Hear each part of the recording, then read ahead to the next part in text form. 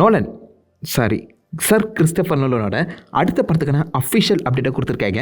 ரொம்ப நாளாக ரூமரில் சுற்றிட்டு இருந்த மாதிரி ஹாரர் சப்ஜெக்டோ ஏஜென்ட் சப்ஜெக்டோ இல்லை இன்டர்ஸ்டெல்லார் மாதிரி சயின்ஸ் சப்ஜெக்டோ நம்ம நோலன் பண்ணல. கம்ப்ளீட்டாக யாருமே எதிர்பார்க்காத ஒரு ஜானலை கை வச்சிருக்காரு மனுஷன். Fantasy adventure. ஏன்ஷியன் ரோமில் எழுதப்பட்ட ஆடிசிங்கிற அந்த போயமை அடாப்ட் பண்ணி தான் இப்போதைக்கு நோலன் அவருடைய அடுத்த படத்தை ஸ்க்ரீன் ப்ளே பண்ணியிருக்காருங்க. ஆடிசிங்கிறது ஒடிசியஸ் போன 20 வருஷ ஜேர்னி. ட்ரோஜன் வாரில் தொலைஞ்சு போன ஒடிசியஸ் அவருடைய ஊருக்கு போகிற வழியில் இந்த பொசைடனு, சைரன்ஸ், செர்சி, மெடுசா மாதிரியான அந்த மித்திக்கல் கிரியேச்சர்ஸை மீட் பண்ணி அந்த அட்வென்ச்சரை எப்படி முடிச்சு வச்சாருங்கிறது தான் அந்த கதையே. இப்படி ஒரு கான்செப்டை நோலன் இது வரைக்கும் பண்ணதே கிடையாது. அந்த சமயத்தில் இந்த மித்திக்கல் சப்ஜெக்டை நோலன் எப்படி அவருடைய ஸ்டைலில் ஹேண்டில் பண்ண போகிறாருங்கிறது ஒரு தனி கியூரியாசிட்டி அண்ட் ஹைப் கிரியேட் பண்ணி இருக்குன்னு தான் சொல்லணும். அண்ட் இது ஒரு பெரிய நாவல். அப்படி பார்க்கும்போது கண்டிப்பாக ஒரு பெரிய படமாக தான் இருக்க போது. எபிக் மித்திக்கல் அட்வென்ச்சர்னு சொல்லி அஃபிஷியலாக மென்ஷனும் பண்ணியிருக்கேன். அந்த சமயத்தில் பார்ப்போம் நோலன் ஸ்டைலில் இந்த கிரேக்க மித்தாலஜியை எப்படி காமிக்க போகிறாங்கன்னு.